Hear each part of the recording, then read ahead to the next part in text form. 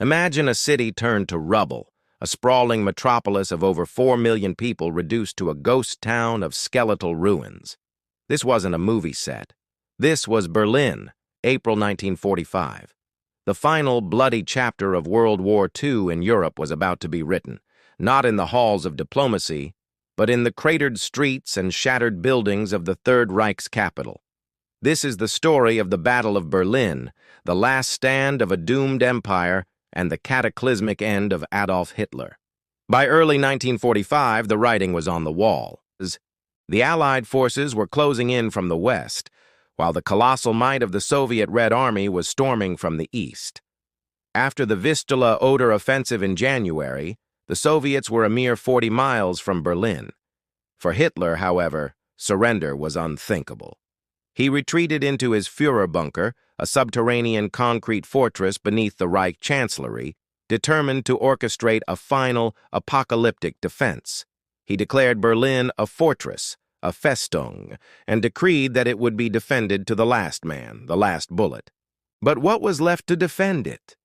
The forces arrayed against the city were staggering. The Soviet Union, under the command of Marshals Georgy Zhukov and Ivan Konev, had amassed a colossal force. Over 2.5 million soldiers, 6,250 tanks, 7,500 aircraft, and an astonishing 41,600 artillery pieces and mortars. It was one of the most concentrated deployments of military power in history. The plan was simple and brutal: encircle Berlin and crush it. Zhukov's First Belarusian Front would strike from the east across the Oder River, while Konev's First Ukrainian Front would attack from the south, aiming to complete the encirclement. Facing this tidal wave was a desperate, ragtag collection of German defenders. The professional Wehrmacht and SS divisions were depleted, exhausted, and scattered. What remained was a motley crew. There were the old men of the Volkssturm, the Home Guard, some armed with little more than single-shot anti-tank weapons and a lifetime of memories. There were the fanatical Hitler youth, some as young as 12, children playing soldier in a real-life nightmare, and there were the remnants of regular army units, all thrown together under the command of General Helmuth Weidling. In total, they numbered perhaps 300,000 men, with severely limited supplies of ammunition, fuel, and hope. The Soviet offensive began on April 16th with a bombardment of biblical proportions. Over 1 million shells rained down on the German positions at the Seelow Heights, the last major defensive line before Berlin. The night sky was lit up by what the Soviets called an artillery firestorm. For 4 agonizing days, the outnumbered German defenders fought with desperate ferocity. They inflicted heavy casualties on the Red Army, but the sheer weight of numbers was unstoppable. The line broke, and the path to Berlin was wide open. By April 20th, Hitler's 56th birthday, the first Soviet artillery shells began to fall on the city itself. The ominous thud of distant guns was now the city's heartbeat. Life for the remaining 2 million civilians descended into a subterranean existence. They huddled in cellars, U-Bahn stations, and air raid shelters, praying for an end to the ceaseless shelling and the terrifying roar of low-flying Soviet aircraft. Water, gas, and electricity were cut off. Food was a distant memory. It was a city living on its last breath. As Zhukov's and Konev's forces slammed into the city's outskirts, the battle transformed.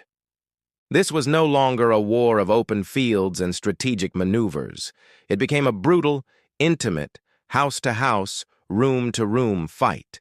The wide boulevards of Berlin, designed by Albert Speer for victory parades, now became deadly killing zones, swept by machine gun fire and tank cannons.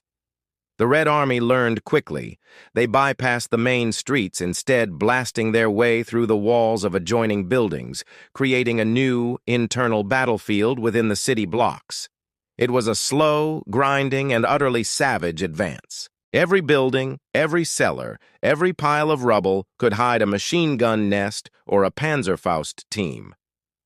Inside the Führer bunker, reality was rapidly detaching from Hitler's fantasy. He moved non-existent armies on his maps, screaming at his generals for failures and betrayals. He ordered counterattacks by divisions that had been wiped out weeks ago. The air was thick with desperation and delusion. The circle was closing.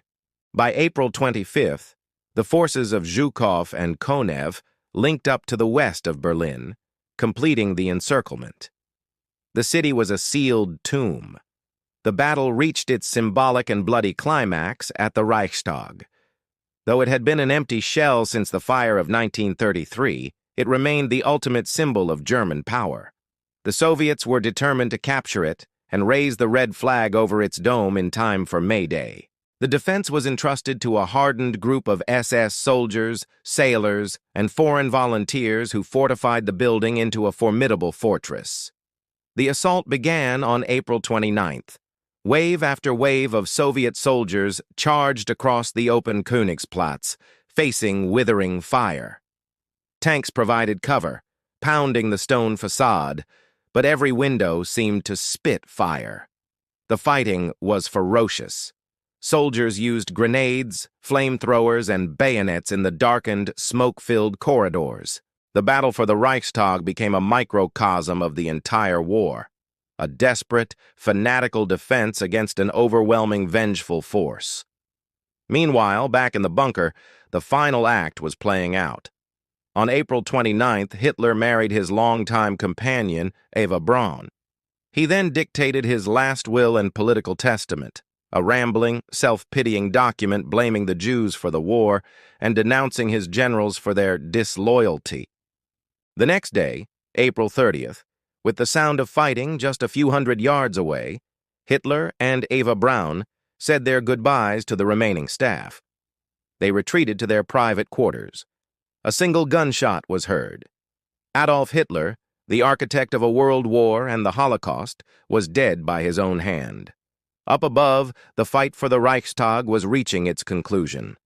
Late on the evening of April 30th, two Soviet soldiers, Mikhail Yegorov and Meliton Kantaria, finally scrambled onto the damaged roof.